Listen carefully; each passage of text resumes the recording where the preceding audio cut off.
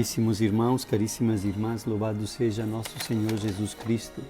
Estamos comentando a Santa Liturgia do dia 29 de abril, quinta-feira, dia em que a Igreja comemora Santa Catarina de Sena, nomeada como proclamada doutora da Igreja pelo Papa Paulo VI, agora santo, em 1970. Santa Catarina viveu pouco menos de 700 anos atrás e morreu com apenas 33 anos, mas foi uma mulher de grande misticismo e oração, mas também de muita atividade, e interferiu positivamente na vida da Igreja para ajudar a consertar falhas e erros assim de uma maneira impressionante, por se tratar de uma mulher jovem e não nos dias do grande feminismo, mas 700 anos atrás. Então, para nós é um grande modelo de vida, de santidade e de amor a Cristo e à Igreja. A primeira leitura é dos Atos dos Apóstolos, que vão relatando como as primeiras comunidades foram crescendo, fortalecendo-se, ampliando a quantidade de pessoas e como se multiplicavam, surgindo outras comunidades e como os discípulos, às vezes por causa de perseguições que estavam sofrendo numa cidade, estavam fugindo e ao percorrer territórios, povoados, caminhos, na busca de salvar a própria vida, acabavam encontrando pessoas, falando do que tinham visto e ouvido a respeito de Jesus e de como entendiam que ele era o Filho de Deus e que estava vivo porque eles tinham visto depois da ressurreição. Então, as leituras de todos estes dias são admiráveis porque, na realidade, nos mostram como o Espírito Santo age com poder através de pessoas, mesmo simples, que, seguindo Jesus, carregando a grandiosidade da experiência de tê-lo visto ressuscitado, de tê-lo acompanhado durante anos, durante a sua atividade terrena, viviam cheios de paixão, de entusiasmo, e certamente isto tinha um grande significado para as pessoas que encontravam, ficavam admirados pela forma como viviam.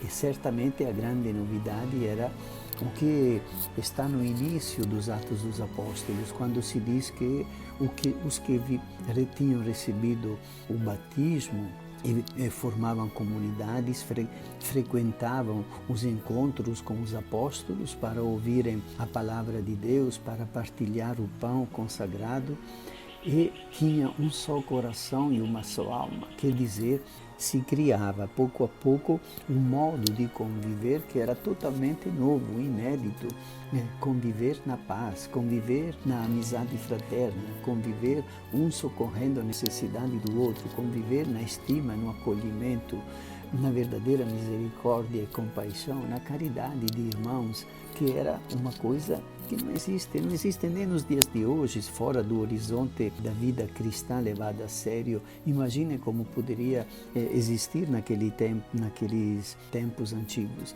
O que existia, o que é? O que existe hoje sempre existiu. A busca do poder, a rivalidade, o ciúme, a raiva de um pelo outro, o ódio, a mentira, a maneira de inventar qualquer coisa para prevalecer, para se sair melhor do que os outros, para rebaixar. Na realidade, com a formação de comunidades, com esta presença de Cristo ressuscitado, que colhido pelas pessoas, é que começa uma humanidade nova, uma humanidade mais pacificada, uma humanidade que tem como centro não o poder, mas a comunhão, que é com Deus e com os irmãos, e que cria a amizade fraterna, mas cria também este vínculo com o Pai, que é de fundamental importância para cada um ir identificando a sua atividade nesta terra como realização, obediência ao desígnio do Pai. E no trecho que é lido hoje, São Paulo é convidado numa sinagoga em que ele entrou no dia de sábado, é convidado a dizer uma palavra de conforto para os que frequentavam aquele lugar de oração. E Paulo começou a recontar a história de como Deus escolheu os nossos antepassados e fez deles um grande povo quando moravam como estrangeiros no Egito, e de lá os tirou com braço poderoso e cercou-os de cuidados no deserto, e depois concedeu-lhes juízes, e depois um rei, Saul, e depois finalmente Davi. Paulo vai reconstruindo a história do antigo Israel para chegar a dizer: e finalmente, da descendência de Davi, Deus fez surgir para Israel um Salvador, que é Jesus. E ali começa a dizer como então aquela história, que todos aqueles que estavam naquela sinagoga conheciam bem, porque era a história do Antigo Testamento, agora tem como que uma continuidade e uma nova aliança através de Jesus, aquele que vence o mal e a morte e que se doa a nós. E no Evangelho, que é de São João, é Jesus que, depois de ter lavado os pés aos discípulos, fala sobre a percepção que ele tem de que será traído, e ele fala: aquele que come o meu pão levantou contra mim o calcanhar. Mas depois diz as palavras que são de extraordinária importância. Em verdade vos digo, quem recebe aquele que eu enviar, me recebe a mim. E quem me recebe, recebe aquele que me enviou. Eu fico muito impressionado com estas palavras, porque Jesus se identifica totalmente com as pessoas que envia. Jesus chama e envia. Envia um homem, envia uma mulher, envia um pai de família, uma mãe de família, envia um profissional. Quando nós vivemos como enviados do Senhor, certamente mudamos completamente a postura. Não enviados para conquistar o nosso poder, o nosso benefício, um pouco de fama, mas enviados para realizar o desígnio, aquilo que Jesus faria se fosse Ele fisicamente estar agindo em nosso lugar, nos lugares onde nós somos enviados. E é o que Jesus fala: na verdade, quem recebe aquele que me enviar, me recebe a mim. Quer dizer, Jesus está presente através da pessoa que lhe pertence e que Ele envia. E quem me recebe, recebe aquele que me enviou.